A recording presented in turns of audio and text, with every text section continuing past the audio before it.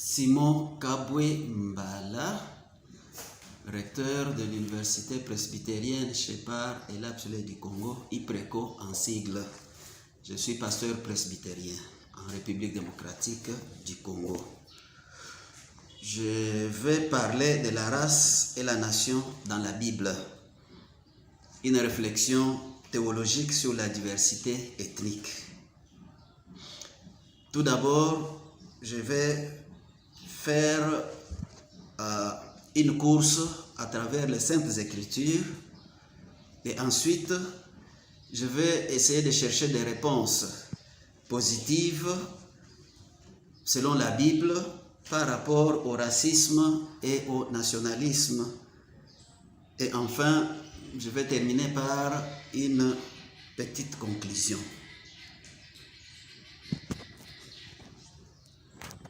Tout d'abord, une clarification du fait que les notions modernes de racisme et de nation ne doivent pas être appliquées aux Saintes Écritures. Elles sont en fait étrangères aux écrivains bibliques. Néanmoins, le nationalisme ou le racisme, dans le sens où certaines cultures se considèrent supérieures aux autres, était certainement un problème à l'époque de la Bible. Par exemple, pour les Grecs, les étrangers qui ignoraient la langue et la culture grecque étaient appelés barbares. Pour les Juifs, les non-Juifs étaient appelés païens. En outre, l'Ancien Testament utilise des termes courants tels que goy et âme pour véhiculer l'idée de race ou d'ethnicité. Bien qu'ils se recoupent largement, goy désigne les nations et les individus comme des entités politiques et sociales, tandis que le concept âme met l'accent sur la parenté et désigne le plus souvent Israël comme peuple de Dieu. Pour sa part, le Nouveau Testament utilise le terme ethnos et laos pour désigner les peuples ou les nations. Dans l'usage actuel, ethnos fait plutôt référence aux nations, aux païens, aux incroyants et même aux chrétiens païens, alors que Laos tend à se référer au peuple de Dieu comme âme dans l'Ancien Testament. Il existe également deux autres termes, Piye qui signifie race ou tribu et qui peut se référer aux 12 tribus d'Israël, historiquement ou métaphoriquement aux chrétiens, ou aux tribus de la terre au sens des peuples des nations. Le second terme, génos, véhicule la notion de famille et de pays, entre autres, qui peut donc avoir des connotations ethniques. Après avoir examiné ces données linguistiques, passons maintenant à ce qu'on a appelé la table des peuples dans le livre de Genèse, qui donne un aperçu des peuples et des ethnies au début de l'histoire du monde. Un examen attentif de ce tableau indique que la variété des nations et des peuples constitue la toile de fond des promesses ultérieures selon lesquelles les nations de la terre seraient bénies. Les avantages d'une variété de groupes ethniques et de nations semblent avoir été implicites dans ce mandat, remplir la terre. Cela peut expliquer en partie pourquoi les constructeurs de la tour de Babel ont été soumis au jugement de Dieu. Ils se sont rebellés contre le commandement de Dieu de remplir la terre. En confondant leurs langues et en les dispersant sur la surface de la terre, Dieu a permis la diversité des familles, des nations et des groupes ethniques qui ont fini par remplir la terre. Plus tard, il a appelé Abraham à être une bénédiction pour toutes les familles de la terre. Il convient également de mentionner un aspect intéressant du plan inclusif et souverain de Dieu pour le monde entier. Dieu n'a pas seulement accordé des territoires à Israël, mais aussi à d'autres nations. Dans le livre du Deutéronome, par exemple, il est dit que Dieu a donné des possessions territoriales à Ésaü, aux Moabites et aux Ammonites. Selon le prophète Amos, Dieu a agi dans l'intérêt des autres nations d'une manière similaire à l'Exode lorsque les Israélites ont été conduits hors d'Égypte.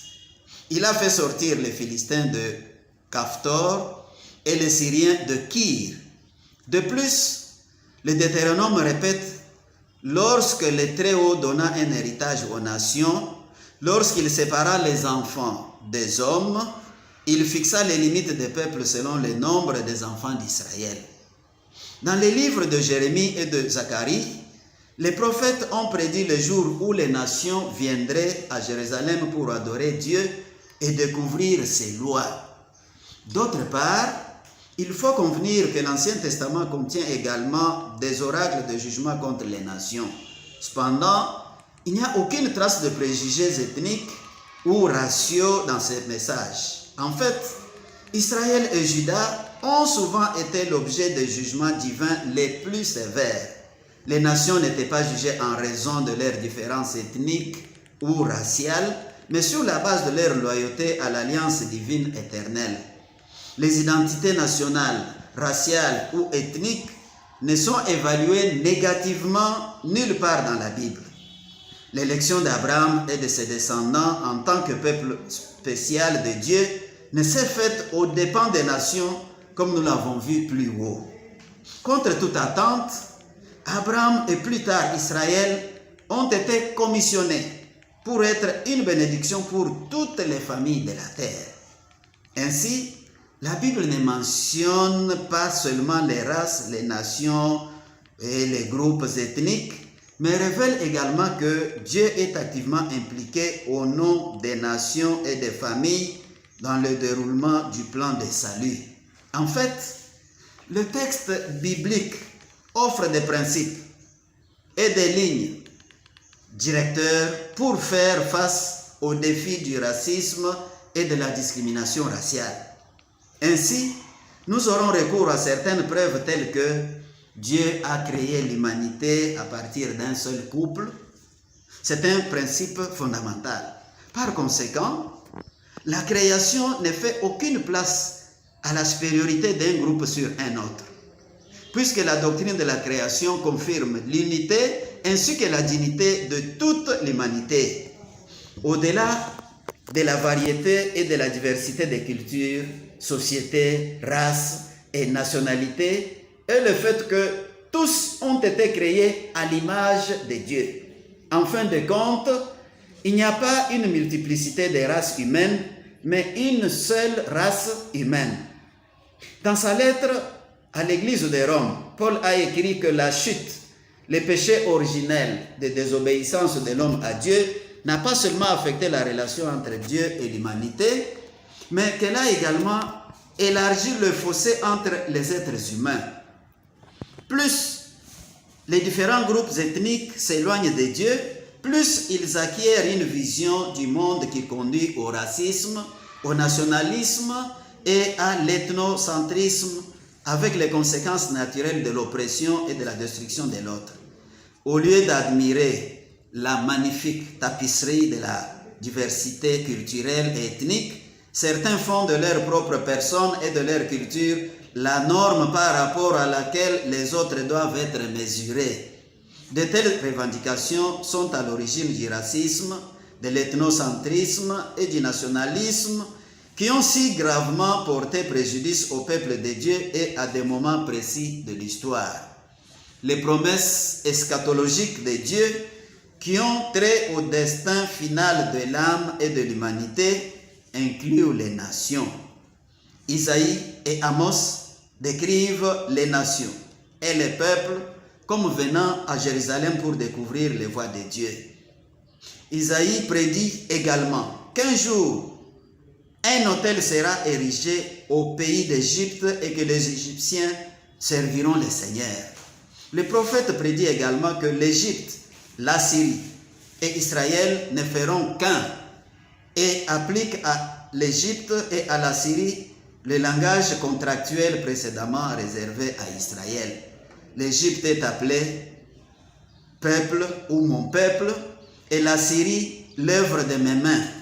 Enfin, Isaïe promet l'intégration de l'étranger dans la communauté de l'Alliance. De même, le Nouveau Testament représente l'évangile prêché à toutes les nations de la terre. Les révélations dépeignent les âmes des nations hostiles au message du salut, acceptant le royaume de Dieu. Dans le résultat eschatologique, toutes les nations sont représentées par les saints et marchent dans la lumière émanant de Dieu et de l'agneau. La Bible reconnaît et admet la diversité des races et des nations qui habitent la terre. De plus, l'effusion de l'Esprit à la Pentecôte confirme le plan de Dieu pour tous les peuples, toutes les langues et toutes les cultures. Les identités ethniques, nationales ou tribales créent un sentiment de parenté et de communauté. Elles aident les êtres humains à satisfaire leurs besoins de sécurité et d'appartenance. Ce type de diversité stimule et favorise également la créativité et l'enrichissement des êtres humains. Les nations et les groupes ethniques ne sont pas des entités absolues. Aussi importantes et utiles qu'elles soient dans l'état actuel du monde, ces entités sont des communautés historiques en dehors de l'ordre créé à l'origine. Ce sont donc des communautés provisoires et contingentes qui ne peuvent prétendre à aucune loyauté humaine ultime. De plus, les entités raciales et nationales, aussi importantes qu'elles puissent paraître, supportent les conséquences du péché.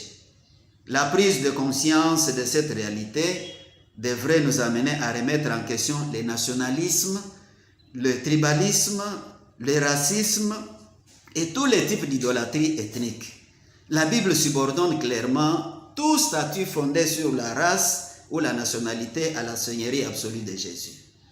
Dans sa lettre aux Galates, Paul écrit qu'en Christ, toutes les barrières érigées par le péché sont abattues. Il n'y a plus ni juif, ni grec, ni esclave, ni homme libre. Il n'y a plus ni homme, ni femme, car vous êtes tous un dans le Christ Jésus. Dieu n'admet ni ne tolère les préjugés raciaux ou ethniques. Dans le livre des Nombres, il y a un épisode qui semble refléter un préjugé ethnique. Marie et Aaron parlèrent contre Moïse de la femme éthiopienne qu'il avait élevée, parce qu'il avait élevé une femme étrangère, une femme éthiopienne. L'identité ethnique de la femme de Moïse était devenue un problème pour Marie et Aaron, un prétexte sans doute, pour camoufler leur ambition secrète, partager le leadership avec Moïse. Et ce n'est pas nouveau. Une partie intéressée utilise une excuse ethnique pour atteindre un objectif douteux. Dieu réagit immédiatement en frappant Marie d'une lèpre blanche comme neige. La leçon qui ressort de cet épisode est claire. Dieu n'accepte pas les personnes, les nationalités ou les identités ethniques. Dieu est impartial. Cette affirmation, aussi claire soit-elle, n'était peut-être pas évidente à l'époque. L'Église primitive elle-même ne l'a pas entièrement comprise. La preuve est que Pierre a dû recevoir une vision pour comprendre que Dieu ne fait pas de discrimination sur la base de l'ethnicité. C'est ce que Pierre a dit à Corneille, qui avait réuni ses parents et amis. En vérité, je réalise maintenant que Dieu ne fait pas preuve de favoritisme, mais accepte les hommes de toutes les nations qui le craignent et font ce qui est juste. Il est intéressant de noter que le verbe réaliser indique un processus. En d'autres termes, Pierre a admis qu'il n'avait pas encore acquis une compréhension totale et absolue, mais qu'il était sur le point de saisir cette vérité profonde et fondamentale à partir de cette vision. Par la suite, les dirigeants chrétiens ont dû convoquer un conseil pour discuter de la situation des païens convertis. Après l'étude de la Bible et la prière, ils incluaient les païens convertis au christianisme sans les forcer à être circoncis et à suivre toutes les lois cérémonielles. Cependant, malgré cette vision donnée à Pierre et la décision prise lors du Conseil de Jérusalem, les problèmes ne sont pas dissipés. Hélas, Paul était constamment confronté à des factions et des divisions au sein même de l'Église, dont certaines pouvaient être dues à des préjugés ethniques ou nationalistes. Pierre lui-même est ensuite retombé dans ses anciens préjugés, comme nous l'apprenons des Galates. Certaines épîtres du Nouveau Testament, aux Galates, aux Éphésiens, aux Colossiens, soulignent que les Juifs et les gentils étaient des membres égaux du corps de Jésus-Christ. Cela indique que les questions d'ethnicité ont continué à interpeller l'Église primitive. Quelles sont les réponses que la Bible réserve au racisme et au nationalisme? À la lumière de ce qui précède, il convient de noter que de graves distorsions de vue biblique sur la race et la nationalité surviennent lorsque l'identification d'un individu à sa nation, à son pays, à sa tribu ou à son groupe ethnique entraîne une hostilité envers d'autres groupes. Cette hostilité, que l'on peut appeler exclusion, se manifeste de trois manières: par élimination, par domination ou par abandon. Mais comment contrer ces problèmes d'exclusion? Nous avons trois moyens que nous proposons. Le premier moyen, c'est la bienveillance.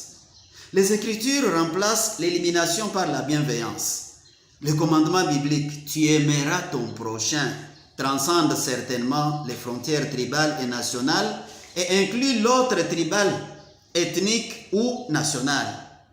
Élisha, par exemple, ne considérait pas le commandant syrien comme un ennemi à éliminer, mais comme son voisin ayant besoin d'être guéri. On trouve une recommandation similaire dans les Proverbes. Si ton ennemi a faim, donne-lui du pain à manger. S'il a soif, donne-lui de l'eau à boire, car ce sont des charbons ardents que tu amasses sur sa tête, et le Seigneur te récompensera. Et Paul dit dans sa lettre aux Romains, ne vous laissez pas vaincre par le mal, mais vainquez le mal par le bien. Cela signifie que le bien élimine l'ennemi en faisant de lui un ami. Le deuxième moyen, c'est le service. L'Écriture recommande le service plutôt que la domination. Il est dit dans la législation relative à l'étranger, vous ne maltraiterez pas l'étranger, ni ne l'opprimerez, car vous avez été étranger au pays d'Égypte. Dieu se réfère à l'expérience d'Israël en Égypte et en fait une source de motivation pour le respect de la loi. Puisque l'opprimé peut à son tour devenir l'oppresseur, Dieu rappelle à son peuple son ancien statut afin qu'il puisse faire preuve d'un esprit de solidarité avec l'étranger. Parmi les nations de l'ancien Proche-Orient, les Israélites étaient les seuls dont les lois imposaient une obligation de protection des étrangers. Et à une époque où les Juifs gémissaient sous l'oppression romaine, Jésus a enseigné une autre façon d'agir en disant, si quelqu'un te frappe sur la joue droite, présente-lui aussi l'autre. Le troisième moyen, c'est la solidarité. L'abandon de l'autre ethnique doit être remplacé par la solidarité. Lors de la dédicace du temple, Salomon a prié pour que Dieu entende la prière de l'étranger, indiquant que le service du temple inclurait les étrangers et non leur exclusion comme cela s'est produit par la suite. Dans ce contexte, la parabole du bon samaritain est instructive car elle décrit un exemple classique de racisme. Au cours de l'histoire, un prêtre puis un lévite a négligé la victime couchée sur la route. Finalement, c'est un samaritain, l'autre ethnique, qui soigne les voyageurs gravement blessés. Contrairement aux autres paraboles, celle du bon samaritain est un exemple à suivre, à accepter ou à rejeter. Ironiquement, le modèle par excellence n'est pas personnifié par le prêtre ou le lévite, les responsables du temple, mais par un samaritain incarnant la volonté de Dieu sur la manière de traiter l'ethnie, c'est-à-dire l'autre. Aussi, les Écritures nous invitent à adopter une attitude d'acceptation, de service et de solidarité dans nos relations avec notre voisin d'une autre ethnie. Cela est bien sûr plus facile à dire qu'à faire. Le nettoyage ethnique et les conflits de nature raciale ont sué de sang le 20e et 21e siècle, en fait toute l'histoire de l'humanité. Les actes horribles perpétrés par une entité ethnique contre une autre causent encore des souffrances. La perte des personnes, la perte des cultures, la perte des biens brûlent encore dans la mémoire collective des nations ou des tribus. Ne minimisons pas la profondeur de ces souffrances, mais en même temps, souvenons-nous que la grâce et le pardon restent les seules options viables pour une guérison et une restauration permanente. Que dire en conclusion? La Bible sanctionne la diversité des races et des nations. Elle déclare que toutes les races, les groupes ethniques et les nations forment une seule famille humaine. Sur ce fondement théologique, la Bible construit sa perception des nations et des groupes ethniques. Elle relativise les distinctions tribales et nationales. Au-dessus de ces loyautés se trouve la loyauté absolue que nous devons à Dieu le Créateur, qui commande de traiter l'étranger comme un frère ou une sœur. Par conséquent, toute manifestation de racisme, d'ethnocentrisme, de nationalisme, de tribalisme ou de caste est inacceptable, non seulement d'un point de vue humanitaire, mais aussi d'un point de vue biblique et théologique. Cela étant, seule une vision du monde façonnée par les Écritures peut fournir une base solide pour aborder de manière pratique des questions telles que la race, l'ethnicité et la nationalité.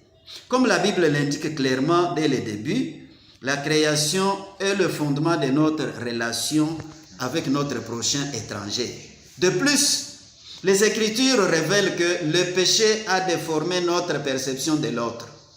Le racisme et d'autres formes de préjugés ont infecté la nature humaine. Seul le sang de Jésus peut les éradiquer. Il n'y a ni grec, ni juif, ni circoncis, ni incirconcis, ni barbare, ni esclave, ni libre, mais le Christ est tout en tout. L'Église est en fait essentiellement une communauté de foi, de prière, de vie et d'action de grâce, une communauté dont chaque membre est partie intégrante, dans laquelle chacun se sait responsable et dans laquelle chacun s'engage à venir et à construire le royaume de Dieu sur terre. De tout ce qui précède, on peut dire que la vision de l'Église est considérée comme un signe, un sacrement et un instrument. Son rôle est de contribuer au développement de la société et à la dignité des hommes et des femmes. Cela étant, l'Église est une énergie potentielle qui participe activement au changement et à la transformation du monde. Ainsi, sa mission est de restaurer l'homme et la femme créés à l'image de Dieu à l'émancipation de toutes les situations socio-économiques et spirituelles aliénantes telles que le racisme, le tribalisme, l'ethnocentrisme, la xénophobie, etc., en promouvant l'unique race humaine qui est la famille des enfants de Dieu.